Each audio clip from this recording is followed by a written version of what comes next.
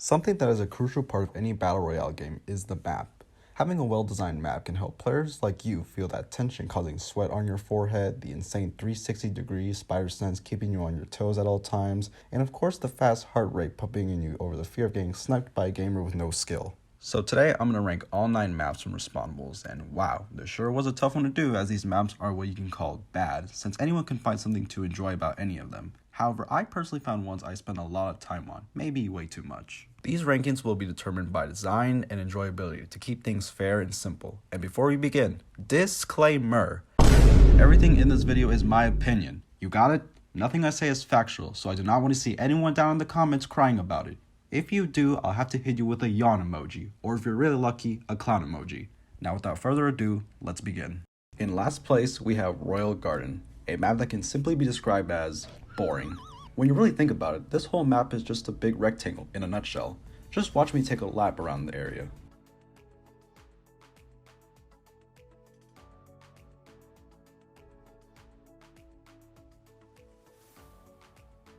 As you can see, there is nothing here that relates to a garden, which is funny because isn't this supposed to be the royal garden? Like, did the queen pass away? What happened? One issue I see happen a lot when playing is how overexposed the center is, to the point that it's like the point of no return. Once you reach the middle, there's no coming back after that one.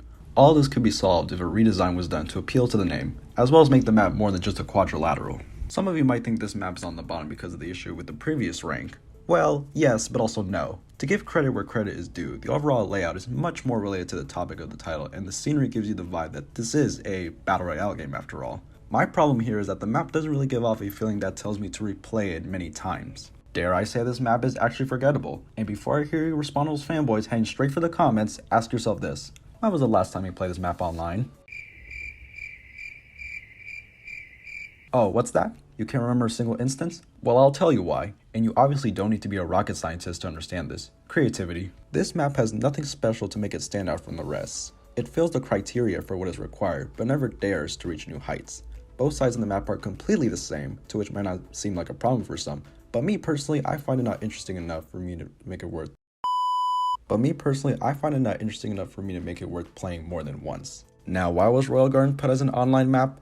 I'll never know, but at least I can say that this is a great map for beginners, unlike...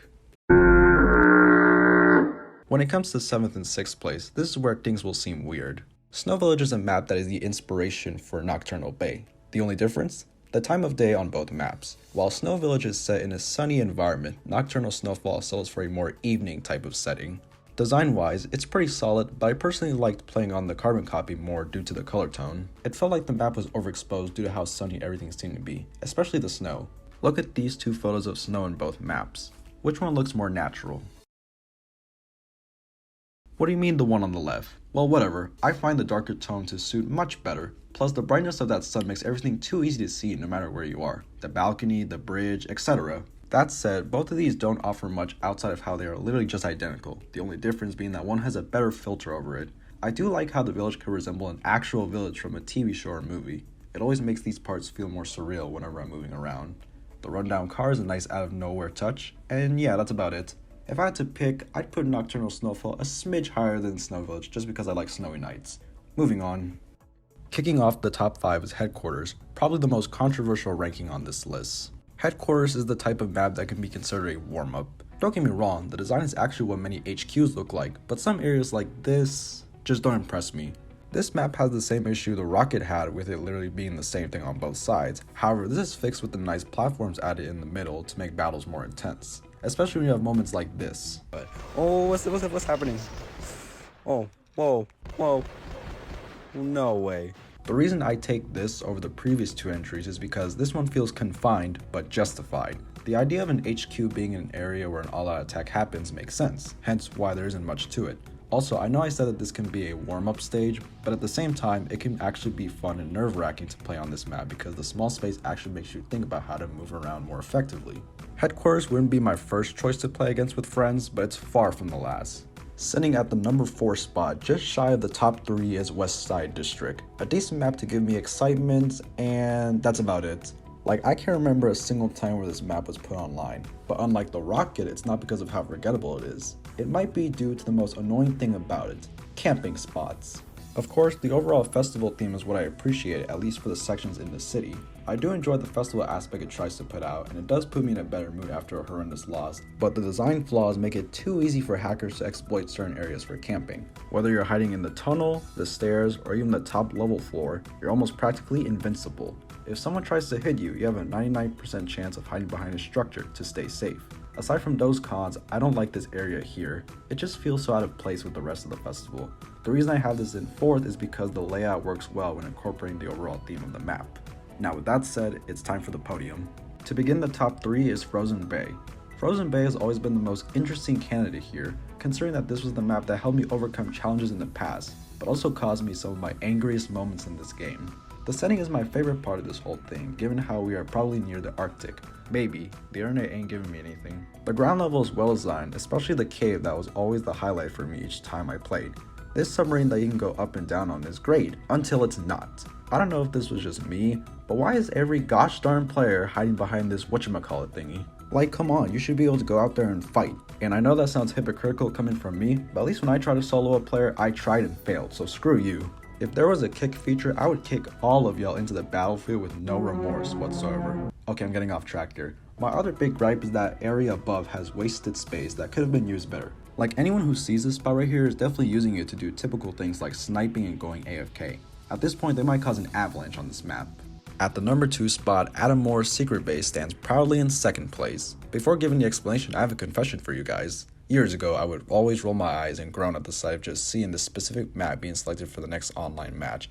But now that I've grown and matured, I can say that this map is quite underrated. The main thing I like was that it has a good blend of a castle and spy theme in it. After all, it's called a secret base. That said, the reason it's not first place for me is simply due to how everything was not given equal treatment. Call me a yapper or something, but I find spots like this empty space or this hallway to be incomplete. Or maybe I'm thinking way too hard for this. Also, while I do enjoy the atmosphere, the balance between the two themes I discussed earlier kind of feel one-sided. Like, this bottom floor with the garage or lab or whatever feels like it could be its own area rather than just serving as a section for a ramp or a bridge. Again, that just might be me overloading myself. Now, if you haven't guessed what number 1 is, I don't know what to tell you.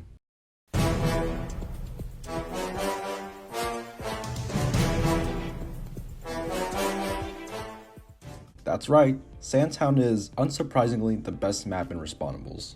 It's impossible for me to go in depth on why this is the best one, as everything about this map works, from the setting, to the colors, to, well, everything. The way it actually looks like a town in the desert adds to the attention of detail. Any platforms you go up on higher levels doesn't automatically make you too OP, meaning that you can snipe the snipers from below. Thus, it makes camping harder to do. There is such a balance between taking the high ground and low ground that it can make even Obi-Wan Kenobi fail.